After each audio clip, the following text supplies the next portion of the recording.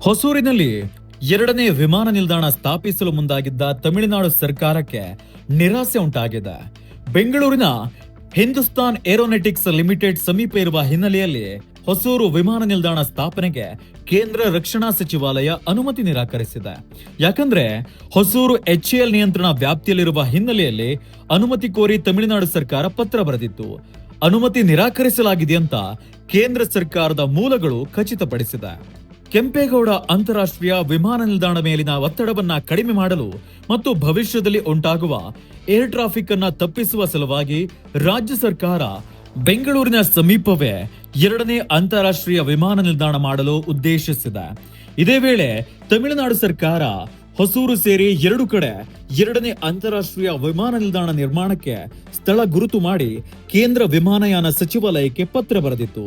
ಇತ್ತ ಕರ್ನಾಟಕ ಸರ್ಕಾರ ಸಹ ಕನಕಪುರ ರಸ್ತೆಯ ಚೂಡಹಳ್ಳಿ ಮತ್ತು ಸೋಮನಹಳ್ಳಿ ಜೊತೆಗೆ ನೆಲಮಂಗಲ, ಕುಣಿಗಲ್ ರಸ್ತೆಯಲ್ಲಿ ಸ್ಥಳವನ್ನ ಶಾರ್ಟ್ ಲಿಸ್ಟ್ ಮಾಡಲಾಗಿದೆ. ಈ ಪೈಕಿ ಒಂದನ್ನ ಅಂತಿಮ ಮಾಡುವ ಕಾರ್ಯದಲ್ಲಿ ಕೇಂದ್ರ ಸರ್ಕಾರದೊಂದಿಗೆ ಸಂಪರ್ಕದಲ್ಲಿದೆ. ಒಂದು ವೇಳೆ ತಮಿಳುನಾಡು ಹೊಸೂರು ಸಮೀಪ ಎರಡನೇ ಅಂತಾರಾಷ್ಟ್ರೀಯ ವಿಮಾನ ನಿಲ್ದಾಣ ಸ್ಥಾಪನೆ ಮಾಡಿದ್ರೆ ಬೆಂಗಳೂರು ವಿಮಾನ ನಿಲ್ದಾಣದ ಮೇಲೆ ವ್ಯತಿರಿಕ್ತ ಪರಿಣಾಮ ಬೀರುವ ಸಾಧ್ಯತೆಗಳು ಇದೆ ಅಂತ ಚರ್ಚೆಗಳು ಕೇಳಿ ಬರ್ತಿದೆ. ಈ ಬಗ್ಗೆಯೂ ಅಧ್ಯಯನ ನಡೀತಾ ಇದೆ.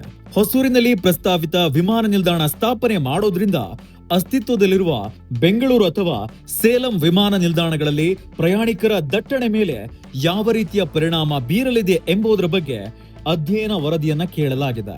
ಇದನ್ನ ತಮಿಳುನಾಡು ಕೈಗಾರಿಕಾ ಅಭಿವೃದ್ಧಿ ನಿಗಮ ಮಾಡಿ ನಾಗರಿಕ ವಿಮಾನಯಾನ ಸಚಿವಾಲಯಕ್ಕೆ ಸಲ್ಲಿಸಬೇಕು ಅಂತ ಮೂಲಗಳು ತಿಳಿಸಿವೆ.